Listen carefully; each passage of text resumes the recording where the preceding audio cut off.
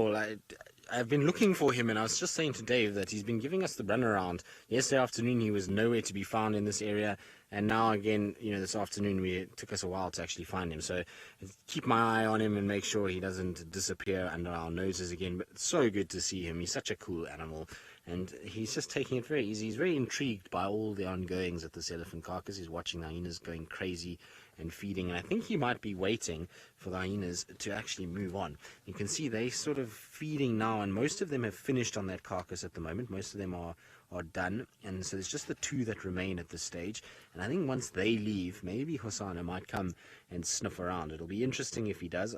I wonder why he hasn't taken any bites of it or decided to have a little bit of a feeding session on the carcass. It seems like he would have just tried it at least. Maybe he did. Maybe he had a nibble, and elephant isn't for him. A bit tough and a bit smelly. He's obviously a fine diner these days. Hosana seems to be able to find food everywhere, and so maybe it's fresh rumps and fillets for him. Otherwise, he's not interested in having it at all. He seems to be a cat that just enjoys having the good stuff, the finer things in life. And why not? If you're able to get it, then he's certainly welcome to do so. But we were just talking about how this light just complements his eyes so much. He's got these beautiful orange eyes, and when he's got his head up like that, the light is just hitting them in the right angle at the moment, and it's just accentuating that color so much, and you're getting this beautiful, rich, deep orange that's shining through. Isn't that beautiful?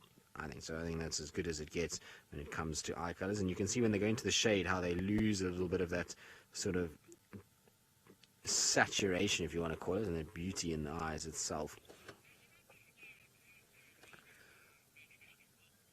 X-back, no, I'm not scared of all of these hyenas, like I say, and they're not very scared of me either, because I've been sitting here, like I said, and we were working on this earlier, and these hyenas were not in any way fazed by us being around. They just decided they're happy to have the elephant carcass. They're happy with us being here. Elephant carcass is theirs, and as long as we don't go towards the meat, they're not too stressed about it, and they're not going to come after you as a person.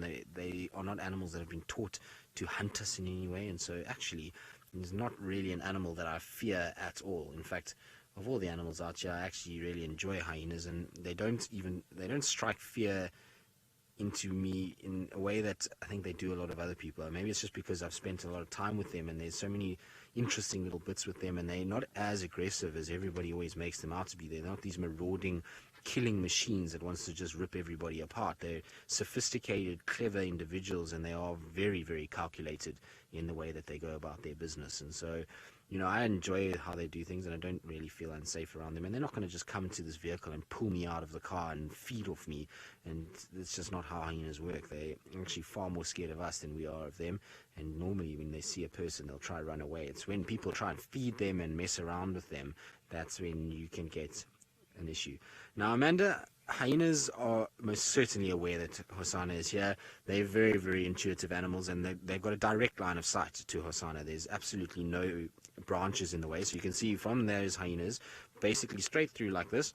There's a straight line, there's not a single bush, and then Hosana is lying right there. So they're fully aware that Hosana is here. It's why earlier we were seeing them kind of looking in this direction and staring. They obviously were watching him kind of sitting here and making sure that he's not too close. And they're not threatened by him because he's still a younger male leopard. He's not a massive brute of an individual. Also, there's 3 of them, or 2 of them versus just the one leopard. And so they know he's there, but they're not too stressed about it at all. And you can see Hosana's not very perturbed either. He's just sitting here enjoying kind of watching what's going on and seeing how hyenas go about their business.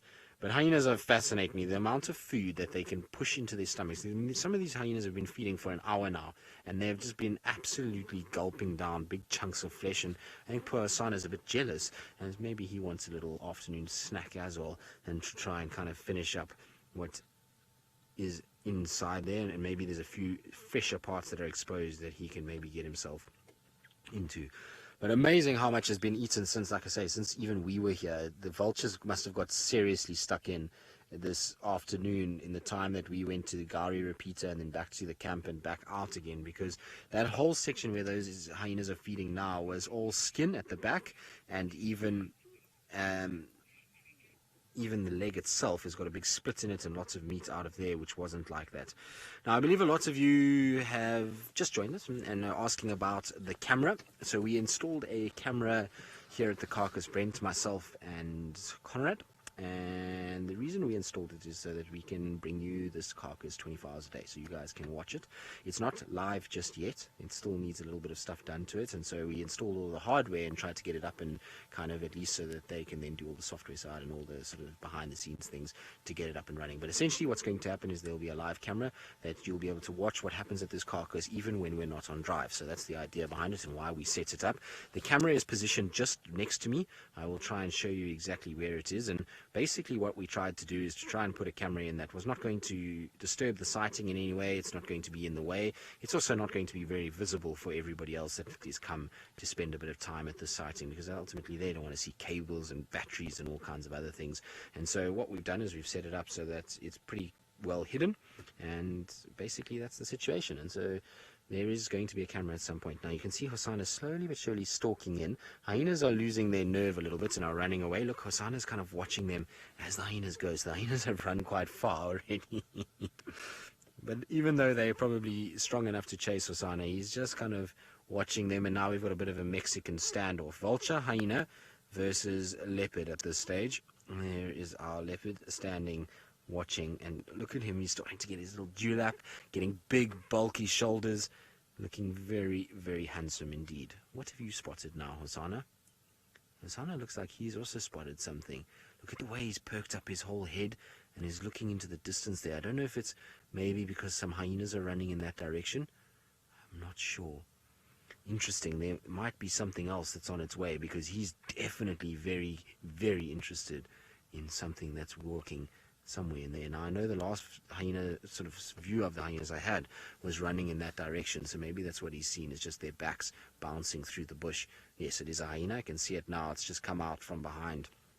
It's a very dark hyena. It's just straight through there where that car has just gone there. You can just see its ears moving every now and then behind that bush. Come on, hyena, come out now. You're not supposed to have stopped there. You're supposed to have come there. You can see it just on the left there, behind that tree.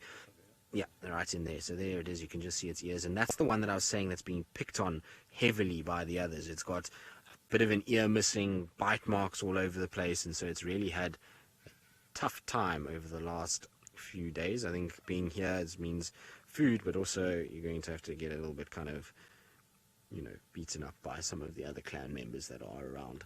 What surprises me is that we haven't had any other clans arrive here. I was hoping somewhat that we'd see a little bit of a clan kind of dispute, and normally with big carcasses like that you start to see the hyenas coming in, and not from a point of view that I want them to fight, but just the audio when two clans meet is just the most insane thing. The noise that you get from hyenas when they meet each other, the whoops and the cackles and the sort of low howls that they do, is just the most incredible thing to be a part of.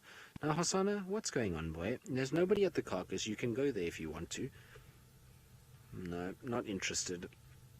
Funny enough, he actually has climbed the tree where this elephant carcass is, because when Brent went up, Brent was the first one to go up the tree, of course, and it's a funny thing, because Brent went up first, like I say, and as he got up there, he looked down on his shirt and he just had Hosana fur all over his t-shirt as he went up into that tree. And so he has been up there, and I know a lot of you were saying he should climb the tree for the camera, and hopefully he will.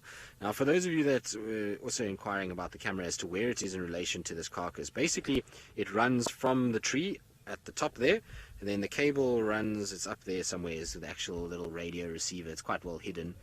There it is. So there's the little radio receiver that talks to the Gari mast that's going to be able to push the signal out of the camera. The cable then runs from there through the tops of this Maruda tree and then along and down into this tree over here. And the camera is sitting just over there and has got a full view of pretty much the carcass and the innards and everything like that, and it will be able to show as much as we can. It's not a huge field of view, and it's not actually able to be moved around, but we positioned it that we have the best possible view of the elephant that we can try and get. Obviously we didn't want to mess around here too much and disturb too much, so we just try to get it so that it kind of views the elephant and anywhere where there could be potential feeding action. And so that's where it is, and hopefully it's going to provide some serious entertainment for everybody, and that you guys will be interested enough to watch in the wee hours of the night when we've all got our eyes closed and see what comes in here. I would be shocked if we didn't get something interesting. I think we're going to get something very interesting from this camera. I think we might even see something like a little slender mongoose scavenging off this, or something like that, something random that we don't think often happens. Now, while our Hosana decides to start having a nap, I believe Brent is still with the Nkumas, and they seem to be still napping as well.